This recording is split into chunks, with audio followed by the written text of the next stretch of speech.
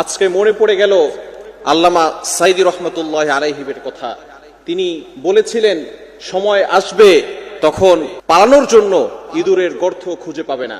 সেই কথা কেমন যেন মনে পড়ে গেল। আল্লামা সাইদি রহমতুল্লাহ আলাইহি, যিনি গোটা বছর কোরআনের তাফসীর করেছেন, সারা পৃথিবীর বুকে তিনি এই কোরআনের বাণী ছড়িয়ে দিয়েছেন, তাকে যুগ বছর ধরে তাকে কারাবদ্ধ করে রেখে দিয়েছে। সে শেষ পর্যন্ত বিদায় নিয়েছে। শুধু তাকে নয়, আল্লামা মামুনুল হক সহ যারা হকপন্থী ছিলেন, হকের পক্ষে কথা বলেছেন, সঠিক কথা মানুষের কাছে পৌঁছে দিয়েছেন, কোরআনের কথা বলেছেন, তাদেরকে বন্দী করে রেখেছে, আলেমদের উপর অত্যাচার করেছে, জুলুম করেছে।